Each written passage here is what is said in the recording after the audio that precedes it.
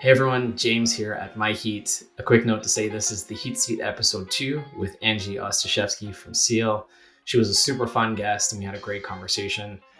We talked about the importance of mentors and not going it alone, how to design utility energy programs that thrive well beyond your own influence, how utilities can improve their marketing to their customers, and how to feel limitless in your work.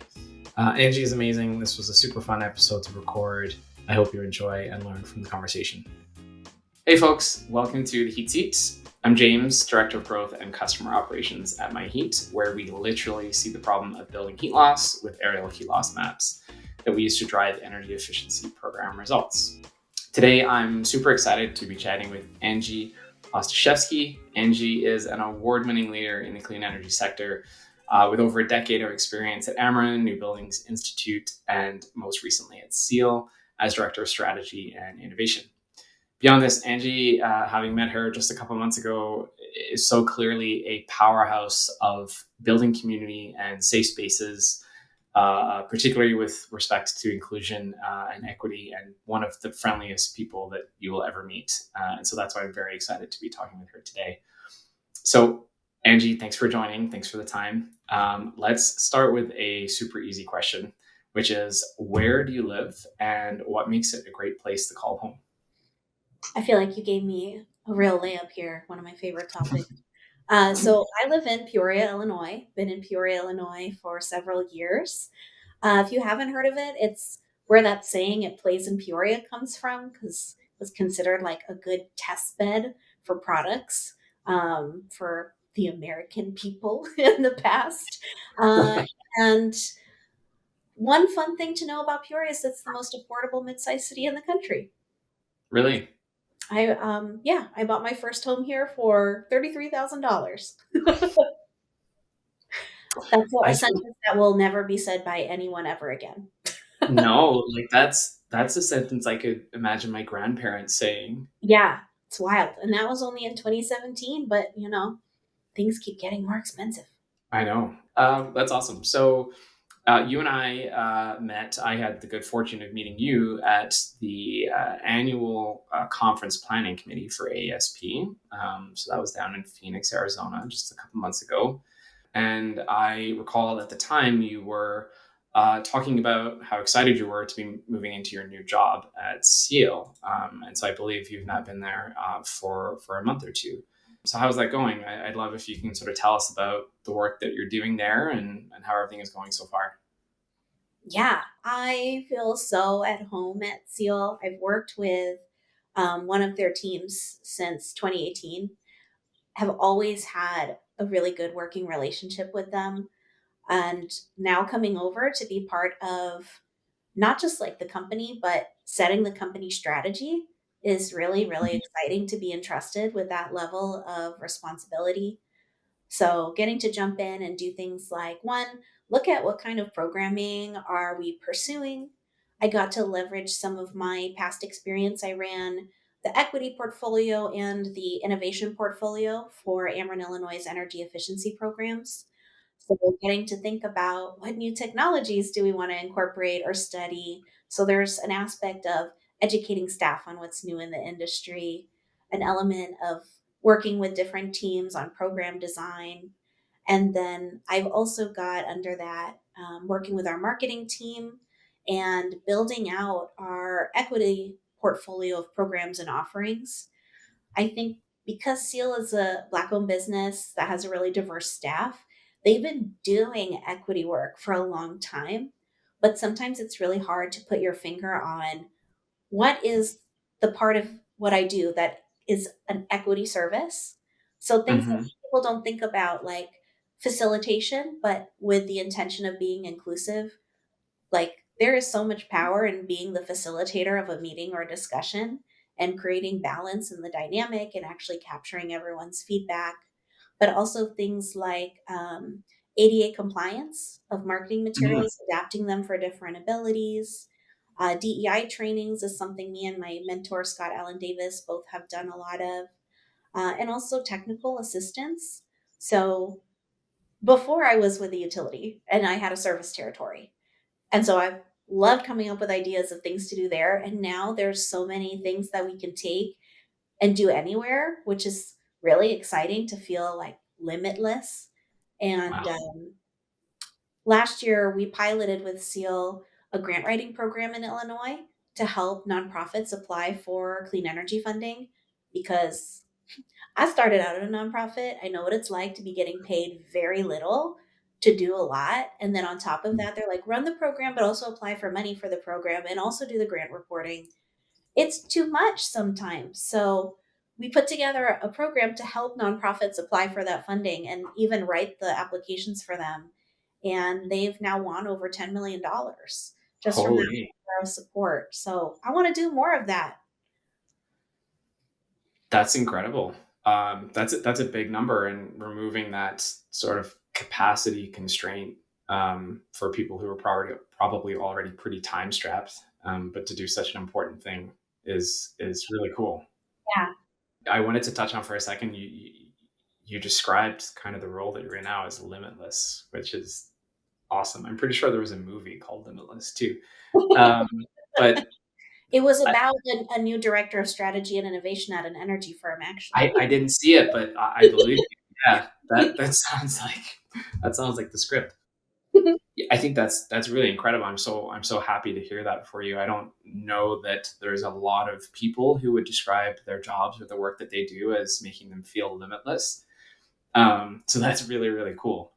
Can you can you maybe expand on that a little bit and draw on how in this new role it's a little different from roles you've done in the past? Like what is it that is sort of making you feel limitless in this way? Yeah. So at Ameren, again, we were thinking of everything we could do within a service territory and a regulatory environment. And I like that. I like figuring out solutions within constraints or limits. I think every aspect of energy is exciting. Like if you're in regulatory, you get to create the system that we operate in.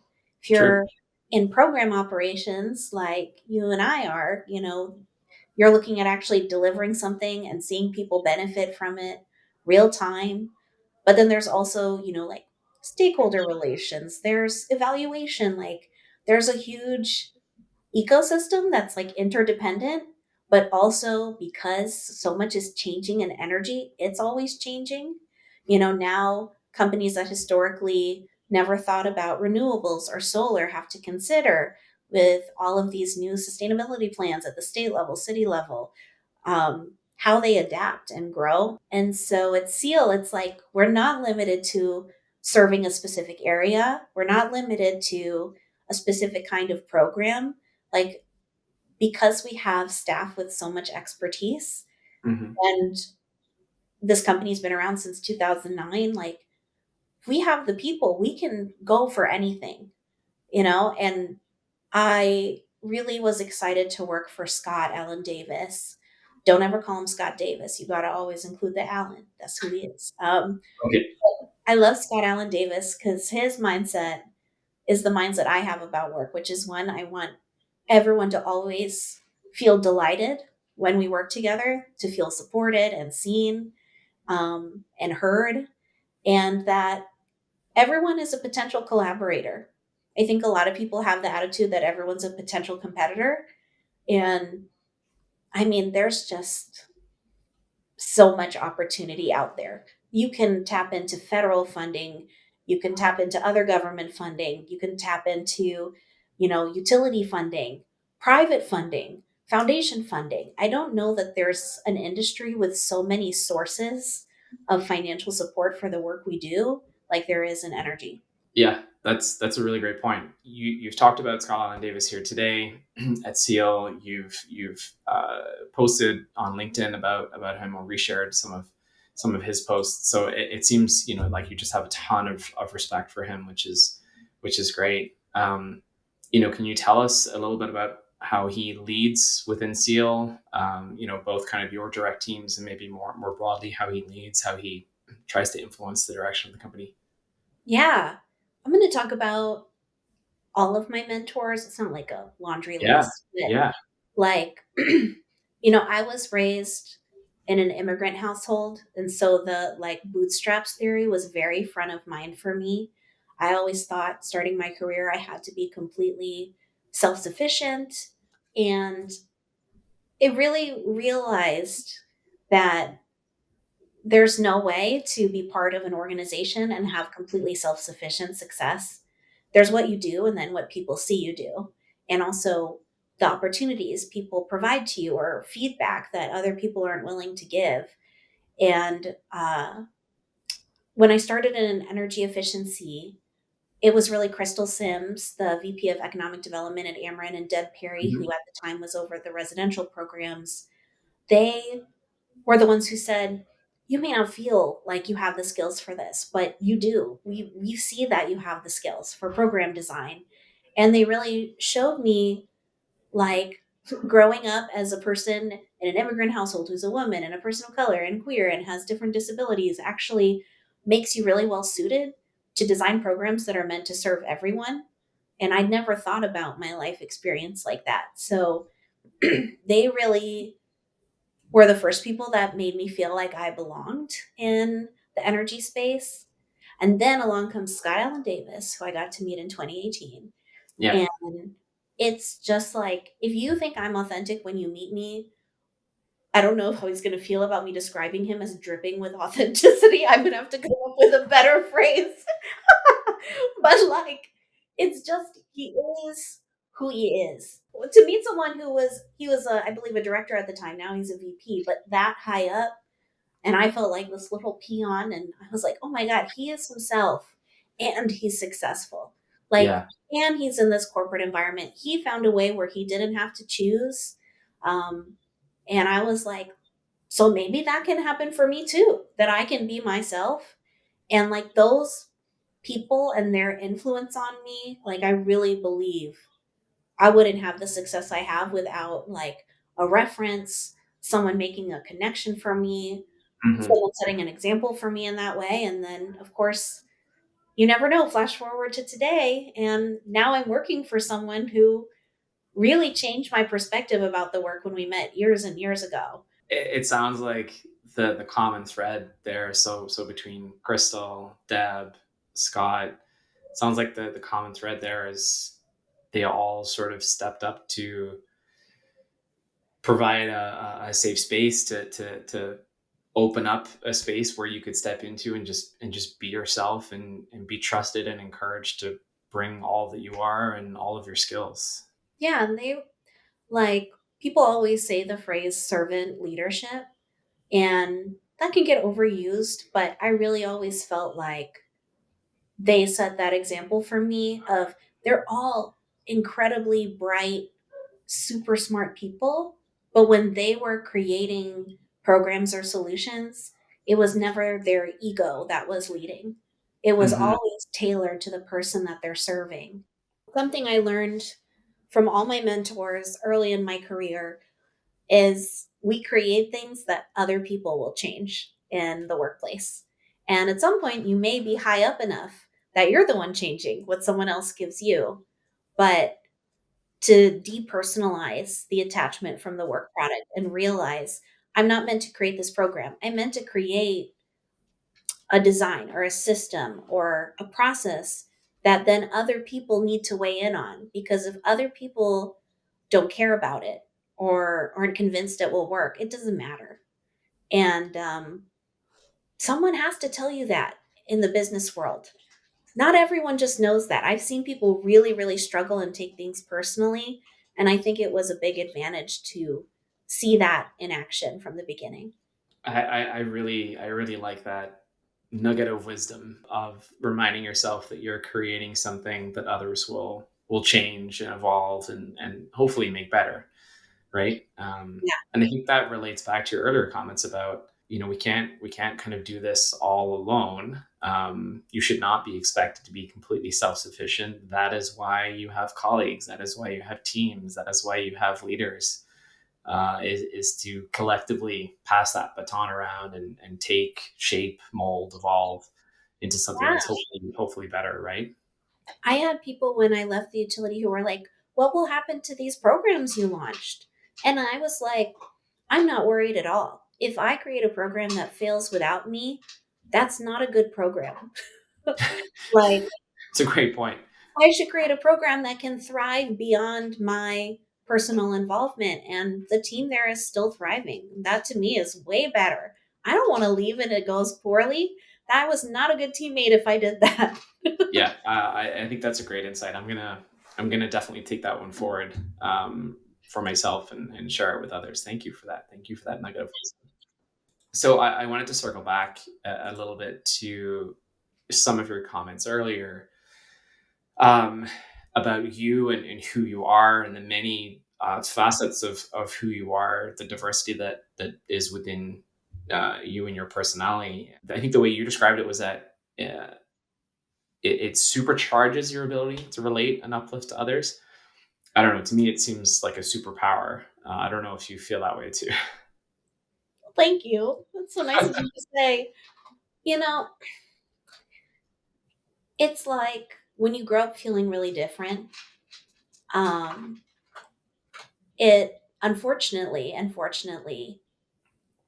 helps you to have empathy from a very early age. And when there's a whole smorgasbord of things people can bully you about, your race, the fact that I spoke Polish before I spoke English, and I would bring, lunches that they thought were weird to school, or traditions my family had, clothes we would wear, how I looked, then coming out. I was raised in a Catholic household, so coming out was a scary experience. But I I think, like, for better or for worse, when we suffer, it builds the ability to understand other people. Um, and I think because there's so many experiences of difference for me, it makes me more attuned. So, for example, my grandma, you know, she learned English along with me. She would study for my spelling tests with me for school.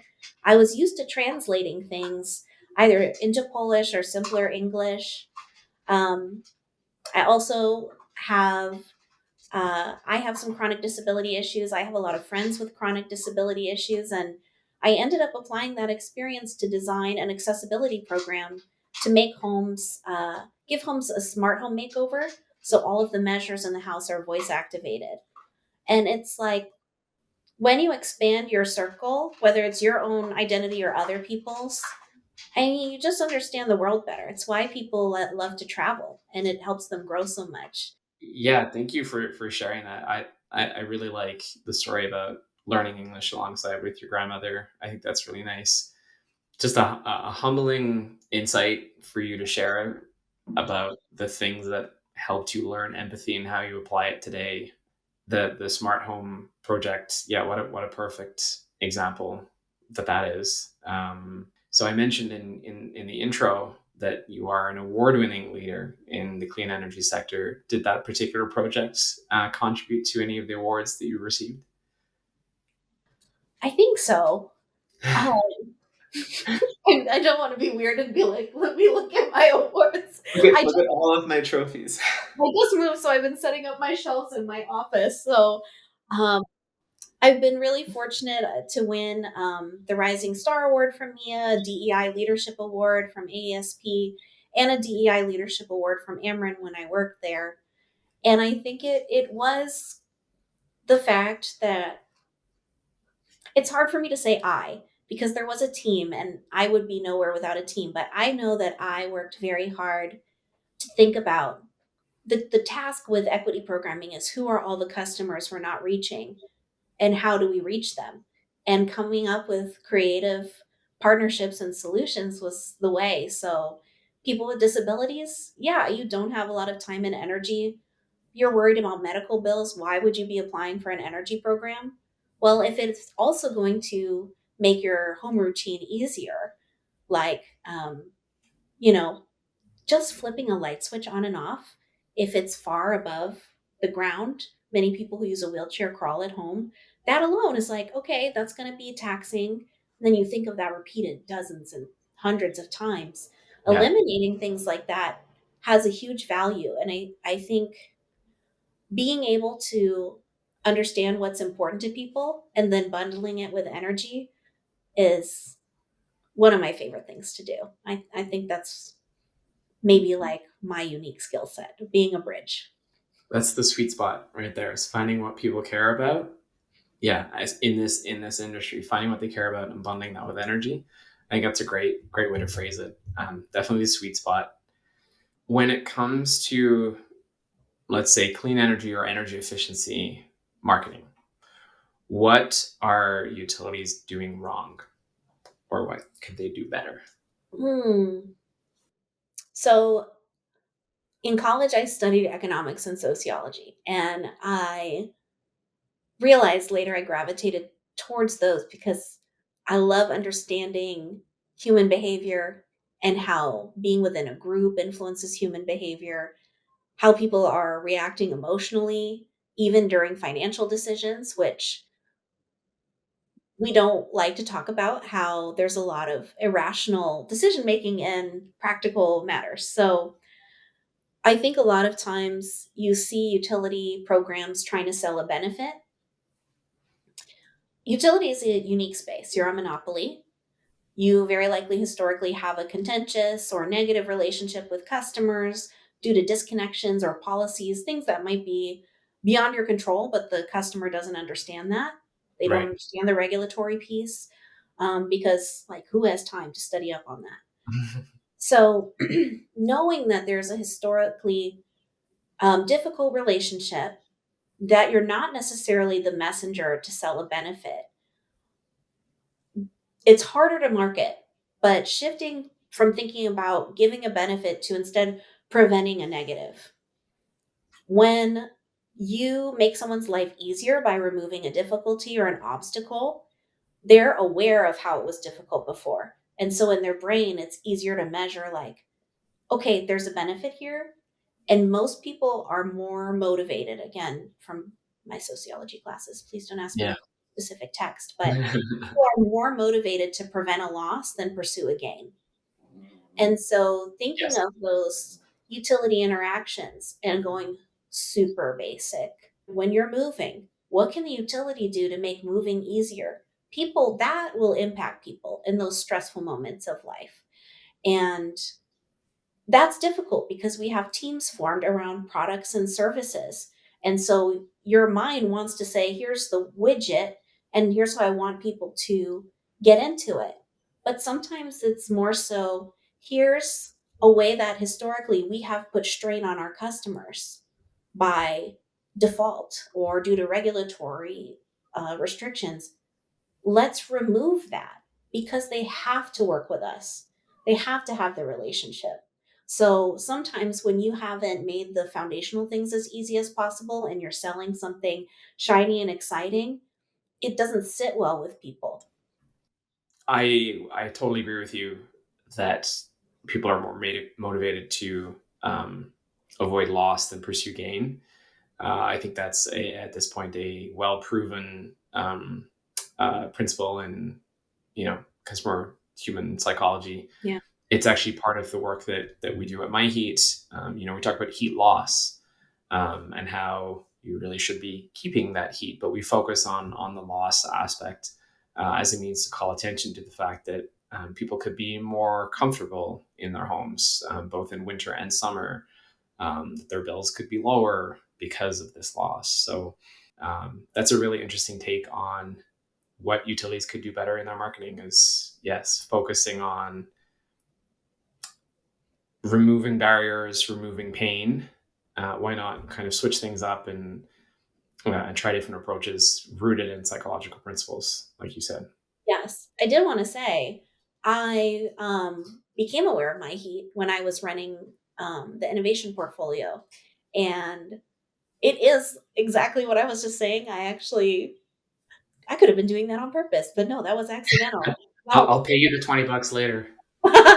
well, I love it. I loved it because it's non-invasive and it is preventing a loss. Like, there's no easier way. Like, the customer doesn't even have to do anything and you already know that you can benefit them. And then it's just how you position and explain that. That's the only challenge. So, yeah, Yeah. I loved it. Yeah, thank you. We do actually have heat loss maps for Peoria. So I don't know if you ever saw yours, but if not, let's chat after. Yeah, please. I'm gonna send you my address because when I bought this, I was told it had been insulated. So maybe we can, you can Okay, buy that for me. we will take a look. So I want to quote you on something that you recently said. You had said that with respect to working on climate, there is room for everybody, and that the need is exorbitant and it will take all of us to fight climate change. I love this. This has been my personal sort of stealth mission since I moved into climate, is trying to convince more and more people to not just move into climate work, but also realize that they already have the skills that they need to contribute in some way to the climate space. So I really loved that. I wanted to quote that back to you just to say, yes, I see it, I hear it, I love it. Um, but also then turn this into a question, and just to ask you why why does the climate work that you do matter to you so much? So, fun fact, I'm autistic and I was only diagnosed this year. One of the traits, particularly in women who are diagnosed with autism in their adulthood, that they don't realize is a trait of autism is a strong sense of justice, which I've had my entire life. I'm certainly one of those people who would always rather try to address something than avoid it. And I feel like going into the climate field gave me an avenue where I actually felt like it was making a difference. I think why I fell in love with it is you can, one, achieve a depth of understanding that allows you to solve very specific problems. So it goes from, we're running, say, an AmeriCorps program to train people up for filling community oriented jobs in the future, to we know that out of the 1,300 trade allies working on this program, 80% of them are sole proprietorships. And of those 80%, 50% are planning to retire in the next 3 years and aren't sure if they're going to have someone succeed them in their business, close shop, sell it. And they're all part of this ecosystem, but they personally are disconnected from one another. But they all share that they work in energy. And so it's going from we want to prepare people to work in any field to actually let's come up with a succession plan for a network of small businesses Cool. and train people to become business owners, to run that business for him, you know, train them for a specific goal. And because unfortunately the planet is dying, that creates a lot of urgency and opportunity. But Hmm. also, most of the population in the skilled trades are approaching retirement. And when you have urgency at several levels, it also spurs people to agree to things that they would be more reticent to do. And so, for example, that trade ally problem, when you're looking at a business that doesn't have an HR department, they don't like to write job descriptions. They're usually just asking around and going off of feel for hiring. You have people that aren't well versed and not included in the traditional hiring process. If you Yeah. have the right bridge between them of someone who will write the job description, do the vetting, do the education on hiring returning citizens, prep someone for the interview. And so we weren't like creating the job. We were just figuring out how to make it easier for someone who will eventually need to hire someone to connect with someone who eventually wants to be hired. Yeah. And I don't know, the specificity of that, it takes some time to learn the landscape, but then you're like, "Oh my gosh, I can make an immediate difference here." And that Hmm. is so gratifying. Yeah. Yeah. Definitely.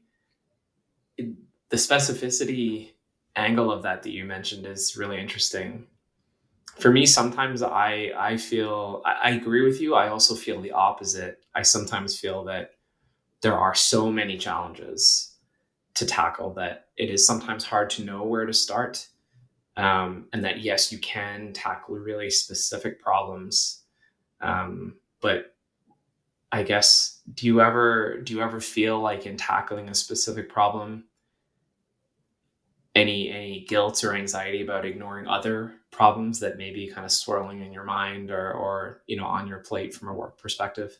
Mm, that's tough. I mean, there are so many wide sweeping issues that feel so big and insurmountable. Um, I feel like the way I look at that is I'm sure there's something within my space that I've done that could help someone else and vice versa. Hmm. Um, I also think I look at that there's so many people out there that are extremely adept at the work, who know how to write policy, who know how to do the technical piece, who are in trade school right now training to do, HVAC or solar installation. So I get to be exposed to those people every day. I think that lessens the fear of our people solving these problems. But also what I see is sometimes it takes something very small to splinter relationships and prevent people from working together. Oftentimes we look at like our friends and we're like, me and my friend agree on everything. And if we don't, then it's uncomfortable. And then how do we proceed? And I think the gap that I see myself filling is taking groups that don't traditionally work together and finding a way for them to work together. But there's so many experts out there. The thing that I see sometimes is everyone wants to stake their claim, but that can get to a point where you're less effective because you're not working with others. Yeah, I like that. We've sort of touched on this earlier in the conversation about the power of partnerships, working together, not feeling like you have to do it alone. And I think the size of the problem, and not just the problem, the multiple problems that people who work in the clean energy space are working to solve, the size of those is just so large. There's no way we'll solve anything alone. And so we have to find ways to work together. So I'm 1,000% in agreement with you on that. So for a moment, I'd like you to imagine that all of these barriers that exist in doing the work that we do, the technological, the policy, the financial barriers, if none of those things existed tomorrow, what solution would you create or invent or roll out to solve a clean energy problem of your choosing? Wow, what would I roll out to solve a clean energy problem? You know, having been in the grant writing space and like seeing at a larger scale how common these challenges are, there's a lot that you can read about in terms of nonprofits as a system, the challenge of how organizations are structured. I would love to see us just give the money to every organization that says they need it and just let them do what they need to do with it. And what can we accomplish without the need to prove, the need to report, the need to capture? You Mhm. know, there's so many barriers in qualifying customers, capturing demographic data, capturing income data, tracking participants, tracking savings, and then translating those into reports for every single funding source.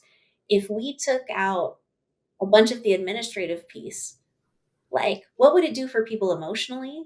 What would Yeah. it do for just the time it frees up? What would it do for customers to just be able to access things without question? I don't know. That just doesn't exist, but I would love to see what that looks like one day. That's a really cool answer. I think there are thousands and thousands of grant writers out there screaming for this to become a real solution. But also, I probably should have said reverse climate change as my answer. It's too late. It's too late. Nope. One answer only. Oh, We are crap. we are we are now damned for all eternity because you didn't wish to. reverse climate change. Oh, I missed it. Well, thank you so much for your time, for your humor, your honesty, all of it. This is you are demonstrating today exactly the reason why I was excited to chat with you. So I really appreciate you making the time. And yeah, I can't wait for future discussions around partnership and reversing climate change with hard work, because you didn't wish it away. Oh my God. But also, I am so happy we had time to talk more. This was so much fun.